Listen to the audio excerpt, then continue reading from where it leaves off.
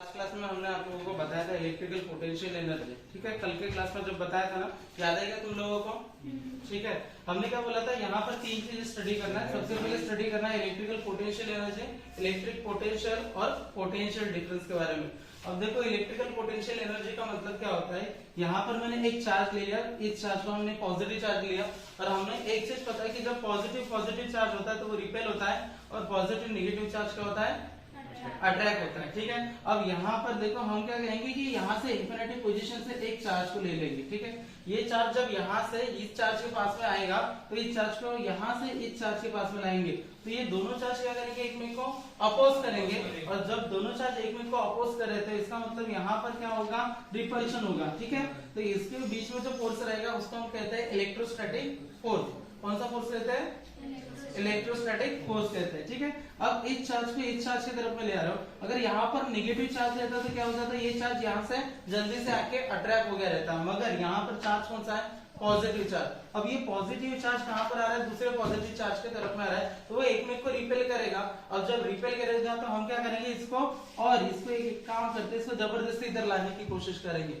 अब जब आप इसको जबरदस्ती इधर लाने की कोशिश कर रहे हो, उसका मतलब यहाँ पर क्या हो रहा है, वर्क डन हो रहा है। और हमें एक चीज पता है कि ये जो वर्क डन जो होता है, वर्क डन ये किसके बराबर होता है, एनर्जी के बराबर होता है, एनर्जी के बराबर होता है। ठीक है, अब इसका इलेक्ट्रोस्टैटिक ये जो रहेगा ये इधर इस डायरेक्शन में आएगा, मान के चलते हैं यहाँ से यहाँ तक के आ गया। ठीक है, अब ये जो रहेगा यहाँ पर चार्ज यहाँ से आया तो इलेक्ट्रोस्टैटिक फोर्स जो रहेगा उसका डायरेक्शन कहाँ पर रहेगा, इस डायरेक्शन में रहेगा, फोर्स इस डायरेक्शन में लगेगा। और जो वर्क डन रहेगा, वर्क डन हमारा यहाँ से यहाँ तक क्या आएगा। कोई भी ऑब्जेक्ट जब देखते हो आप एक प्लेस से दूसरे प्लेस में जैसे आप शिफ्ट कर दिए, तब आप क्या कहते हो, वहां पर वर्क डन हुआ।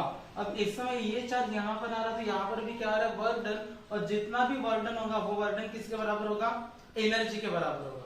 ठीक है, अब ये जो एनर्जी रहेगी, तो जब भी ऐसा जो सिस्टम होता है तो इसमें जो एनर्जी रहता है ये एनर्जी सिस्टम में स्टोर किया हुआ रहता है, इसलिए सिस्टम में स्टोर किया हुआ जो एनर्जी रहेगा उस एनर्जी को हम कहते हैं पोटेंशियल एनर्जी। तो ये जो एनर्जी रहेगा ये हमारा कौन सा एनर्जी रहेगा, पोटेंशियल एनर्जी रहेगा। ठीक है, अब यहाँ पर जो पोटेंशियल एनर्जी ऐसा कहाँ पर होता है, ऐसा दो फोर्सेस में होता है, एक होता है ग्रेविटेशनल फोर्स और सेकंड होता है इलेक्ट्रोस्टैटिक फोर्स। ग्रेविटेशनल फोर्स में भी आपने पढ़ा होगा पोटेंशियल एनर्जी के बारे में, ग्रेविटेशनल पोटेंशियल एनर्जी ये 10th क्लास में होता है, पहला लेसन ग्रेविटेशन का। और यहाँ पर देखो इलेक्ट्रोस्टैटिक फोर्स में भी होता है, क्योंकि यहाँ पर ये जो फोर्सेस रहता है ना, ग्रेविटेशनल फोर्स और इलेक्ट्रोस्टैटिक फोर्स, इन फोर्स को कहा जाता है कंजर्वेटिव फोर्स। और कंजर्वेटिव फोर्स मतलब ऐसे फोर्स जो सिर्फ पाथ पे डिपेंड नहीं होता है, वो direct initial position to direct final position. जैसे ग्रेविटेशनल फोर्स में क्या होता है, ऐसा ऑब्जेक्ट ले लिए, ऑब्जेक्ट को सीधा छोड़ दे, ये इनिशियल पोजीशन हो गया उसका, लास्ट में आखिर में क्या आ जाता है, फाइनल पोजीशन। तो वैसे यहाँ पर होता है, ये इनिशियल पोजीशन इसका हो गया, यहाँ पर दो चार्ज है, फट से आके अट्रैक्ट हो जाएंगे, फट से आके रिपेल हो जाएंगे, पाथ पे डिपेंड कर रहे हैं क्या, नहीं कर रहे थे। इसलिए ये जो फोर्स रहेगा इस फोर्स को हम क्या कहेंगे, कंजर्वेटिव फोर्स कहेंगे। ठीक है, तो यहाँ तक की बात समझ में आई। तो जितना वर्क डन होगा ये चार्ज यहाँ तक क्या आएगा, तो ये जितना वर्क डन कर रहा है उतना क्या रहेगा, उसका एनर्जी रहेगा। और ये एनर्जी सिस्टम में स्टोर किया हुआ रहेगा, तो इस एनर्जी को हम कहेंगे पोटेंशियल एनर्जी कहेंगे। ठीक है, तो इसके बाद में देखो, जैसे हमने कहा था ये वर्क डन जो दिखाई दे रहा है, तो यहाँ पर क्या होगा, ये जो वर्क डन दिखाई दे रहा है, वर्क डन किसके बराबर होता है, वर्क डन का फार्मूला पढ़े आपने, फोर्स इंटू डिस्प्लेसमेंट होता है। ठीक है, तो यहाँ पर भी हम क्या करेंगे, ये फार्मूला लिखा देंगे, work done equals to force into displacement. यहाँ से यहाँ तक क्या आ रहा है, तो मान के चलते इसका जो डिस्प्लेसमेंट रहेगा वो कितना रहेगा, dr रहेगा। तो यहाँ पर जो फोर्स अप्लाई कर रहे हैं वो F फोर्स, और यहाँ पर डिस्प्लेसमेंट कितना होगा, F इंटू dr, ये हमने यहाँ पर रख देंगे। और ये किसके बराबर रहेगा, एनर्जी के बराबर रहेगा। और एनर्जी कौन सा रहेगा, हमारा पोटेंशियल एनर्जी रहेगा। तो यहाँ पर हम ऐसा लिख देते हैं, पोटेंशियल एनर्जी। ठीक है, अब यहाँ पर पोटेंशियल एनर्जी जो होता है उसको हम कैपिटल U से डिनोटेट करते हैं। डिस्प्लेसमेंट कितना हुआ, स्मॉल डिस्प्लेसमेंट हुआ, तो यहाँ पर हम डिस्प्लेसमेंट मतलब पोटेंशियल एनर्जी भी इतना लिखेंगे, ऐसा स्मॉल पोटेंशियल एनर्जी मतलब हम लिखेंगे du लिखेंगे। अब यहाँ पर देखो ये जो हमने du लिखा ना, तो हमने इसका मतलब क्या बोला था, ये एनर्जी है हमारा, कौन सा है, पोटेंशियल एनर्जी। अब यहाँ से यहाँ तक क्या आएगा, यहाँ से यहाँ तक, यहाँ से यहाँ तक क्या आ रहे हैं, तो हर जगह पे उसका जो पोटेंशियल एनर्जी रहेगा वो एनर्जी चेंज होता जाएगा। इनिशियली अगर आप इनिशियल पोजीशन पे देखते हो तो उसका पोटेंशियल एनर्जी कितना है, जीरो है, उसके बाद में यहाँ से लेके यहाँ तक क्या रहा, तो मतलब उसमें कुछ ना कुछ एनर्जी रहेगा। तो इसका मतलब उसका अगर टोटल एनर्जी निकालना है आप लोगों को, तो क्या करोगे, फाइनल माइनस इनिशियल, तो यहाँ पर क्या आ जाएगा, चेंजिंग पोटेंशियल एनर्जी आएगा। तो यहाँ पर हम क्या लिखेंगे, चेंजिंग पोटेंशियल एनर्जी। तो चेंजिंग पोटेंशियल एनर्जी जो रहेगा तो हम कैसे दिखाएंगे, डेल्टा यू से दिखाएंगे। डेल्टा यू मतलब, डेल्टा का मतलब होता है टू चेंज, तो यहाँ पर डेल्टा यू मतलब चेंजिंग पोटेंशियल एनर्जी। ये किसके बराबर रहेगा, ये रहेगा हमारा वर्क डन के बराबर रहेगा। और आप क्या कर रहे हो, आप जबरदस्ती इस चार्ज को यहाँ पर ला रहे हो, इसका मतलब एक्सटर्नल वर्क डन कर रहे हो। इसलिए हम क्या लिखेंगे, ये जो वर्क डन रहेगा, ये वर्क डन कैसे रहेगा, एक्सटर्नल वर्क डन रहेगा। तो यहाँ पर हम क्या कहेंगे, हमारा जो फार्मूला आएगा इस तरीके से आएगा।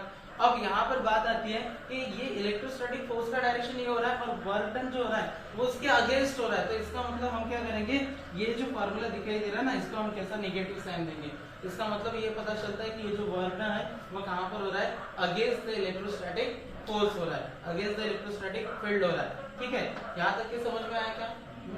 अब उसके बाद में क्या होता है कि जब हम क्या करते हैं, अगेंस्ट द इलेक्ट्रोस्टैटिक फील्ड के तरफ अगर वर्क डन कर रहे हैं, तो यहाँ पर देखो फिर से उसका ना थोड़ा इलैबोरेट करते हैं हम। तो ऐसा मान के चलते कि एक जगह ओरिजिन है, ये ओरिजिन है, और ओरिजिन पे यहाँ पर एक कोई पॉजिटिव चार्ज है, ऐसा मैंने पॉजिटिव चार्ज रख दिया।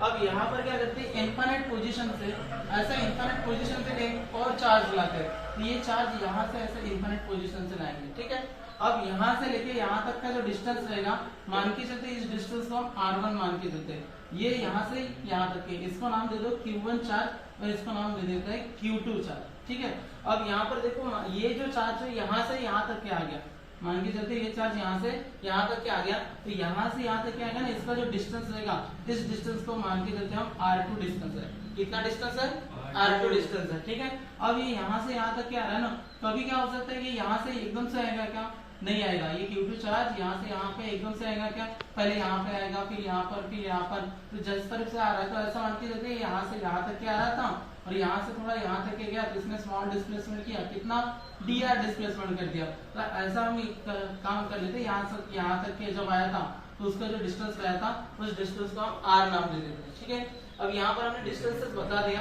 अब क्या रहेगा, नेक्स्ट इसमें हम उसको क्या बोल रहे हैं कि जब ये यहाँ से इधर आ रहा है तो वो अगेंस्ट द इलेक्ट्रोस्टैटिक फोर्स आ रहा है, अगेंस्ट द इलेक्ट्रोस्टैटिक फील्ड आ रहा है, तो यहाँ पर ये कर रहा है वर्क डन, और ये जो वर्क डन रहेगा वो किसके बराबर रहेगा, पोटेंशियल एनर्जी के बराबर रहेगा। ठीक है, अब इस समय यहाँ पर क्या करेंगे, ये जो वर्क डन हो रहा है तो पोटेंशियल एनर्जी का फार्मूला लिख दो। ये पोटेंशियल एनर्जी क्या है हमारा, delta U equals to minus negative of external work done. तो यहाँ पे देखो बीई लिख देते हैं, डब्ल्यू मतलब ये ई जो लिखा रहा, ई का मतलब समझ जाना, एक्सटर्नल वर्क डन हो रहा है। ठीक है, अब उसके बाद में हम क्या करेंगे, वर्क डन का फार्मूला यूज करो। वर्क डन का फार्मूला होता है फोर्स इनटू डिस्प्लेसमेंट। अब जब फोर्स इनटू डिस्प्लेसमेंट हो रहा है तो यहाँ पर जो वर्क डन हो रहा है, तो आप हमेशा याद रखो कि जैसे यहाँ से यहाँ तक के चार्ज आ रहा है, यहाँ से यहाँ तक के, यहाँ से यहाँ तक के चार्ज आ रहा है, तो यहाँ पर जो फोर्स रहेगा वो फोर्स सेम रहेगा क्या, नहीं।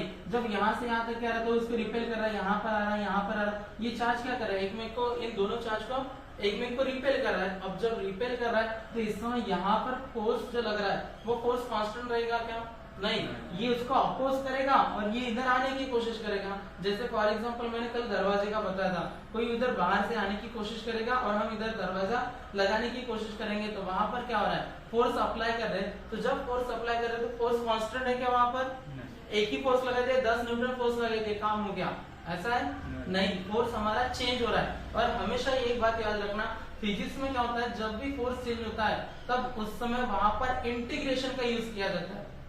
समझ में आया, इंटीग्रेशन का यूज कब कर रहा है कि जब फोर्स कांस्टेंट नहीं है, फोर्स सेम नहीं है, उस समय इंटीग्रेशन यूज किया जाता है। तो यहाँ पर हम क्या करेंगे, इंटीग्रेशन का यूज करेंगे। ठीक है, अब जब इंटीग्रेशन का यूज करेंगे तो हम ये नेक्स्ट फार्मूले में लिखेंगे, डेल्टा यू मतलब चेंजिंग पोटेंशियल एनर्जी। फार्मूला लिखो, ये माइनस नेगेटिव लिख दो, फार्मूला कहेगा फोर्स इनटू डिस्प्लेसमेंट, ऐसा फोर्स इनटू डिस्प्लेसमेंट लगा देते हैं। फिर क्या होगा, इंटीग्रेशन। इंटीग्रेशन इसलिए यूज कर रहे हैं क्योंकि यहाँ पर फोर्स कांस्टेंट नहीं है।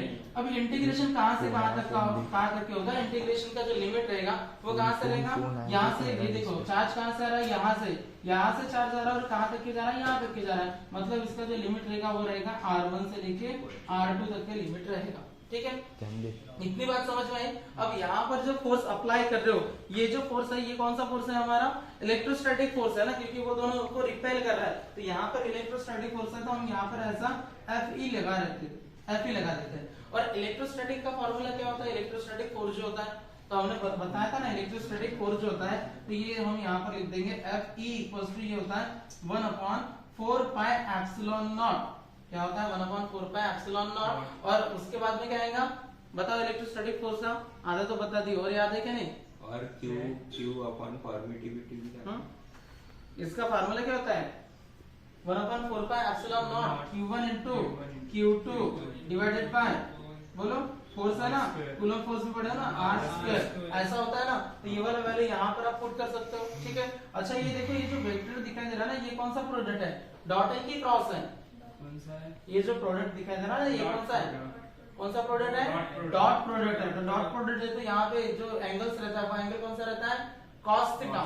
एंगल कौन सा यूज करते हैं हम, cos थीटा। तो यहाँ पर क्या आएगा F dot dr cos theta, ऐसे आएगा, ठीक है। अब ये जो ऐसा है ना, तो यहाँ पर cos थीटा का वैल्यू जो रहेगा वो कितना रहेगा, 1 रहेगा, ठीक है। और जो cos थीटा का वैल्यू मतलब इनके बीच में जो एंगल देख रहे हो ना, इसके बीच में चार्ज इधर आ रहा है, इलेक्ट्रोस्टैटिक फोर्स इधर लग रहा है, एंगल कैसा हो रहा है इसके बीच में, एंगल आएगा वहां पर 0 डिग्री। जल्दी आओ बेटा, थीटा का वैल्यू कितना रहेगा, 1 रहेगा। तो यहाँ पर जब cos थीटा का वैल्यू 1 रहेगा तो फार्मूला हमारा कैसा रहेगा, ऐसे ही रहेगा। फार्मूला चेंज होगा क्या, नहीं चेंज होगा। अब उसके बाद में हम एक काम कर लेते हैं, हमारा वैल्यू जो भी दिया है उस वैल्यूज को पुट कर दो।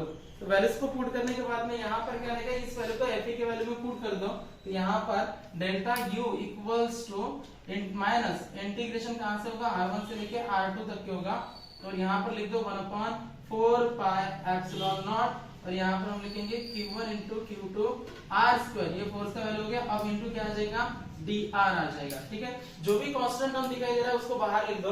कांस्टेंट टर्म क्या दिखाई दे रहा है आप लोगों को, यहाँ पर 1/4 पाई एप्सिलॉन नॉट, तो delta U equals to minus 1/4 pi epsilon not.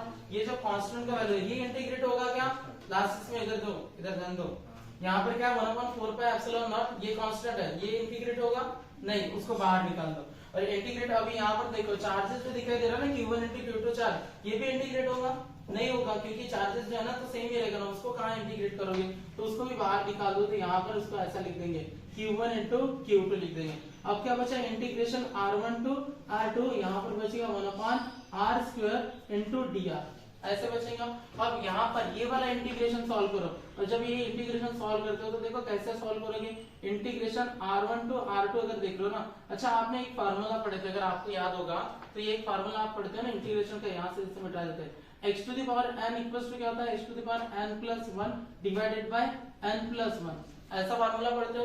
अब ये भी वैसे ही है, तो यहाँ पर क्या लिखा है, इंटीग्रेशन ऑफ 1/r², तो इसको क्या करोगे आप, उल्टा लेके जाओ। तो यहाँ पर क्या हो जाएगा, ये r-2 हो जाएगा, और r-2 का मतलब क्या होगा यहाँ पर, अब यहाँ पर पुट कर दो r-2 + 1 डिवाइडेड बाय क्या हो जाएगा, -2 + 1 हो जाएगा, ऐसा होगा।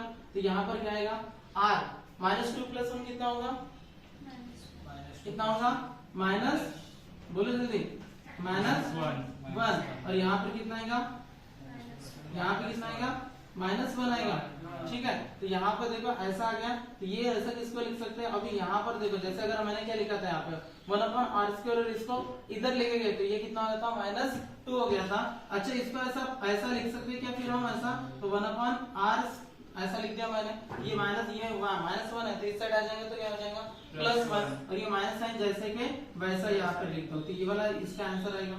तो इसका मतलब इंटीग्रेशन ऑफ 1/r² जो लिखो इसको क्या लिखोगे आप, -1/r। तो ये वाला वैल्यू पुट कर सकते हैं, तो पुट कर दो यहाँ पर delta U equals to -Q1 into Q2 by 4 pi epsilon naught. Integration का यूज किया ना, इंटीग्रेशन सॉल्व कर दिया आपने, यहाँ पर क्या आएगा, -1/r लिख दो, और लिमिट कितना है इसका, R1 से लेके R2, तो यहाँ पर R1 से लेके R2 का लिमिट पुट कर दो, ठीक है।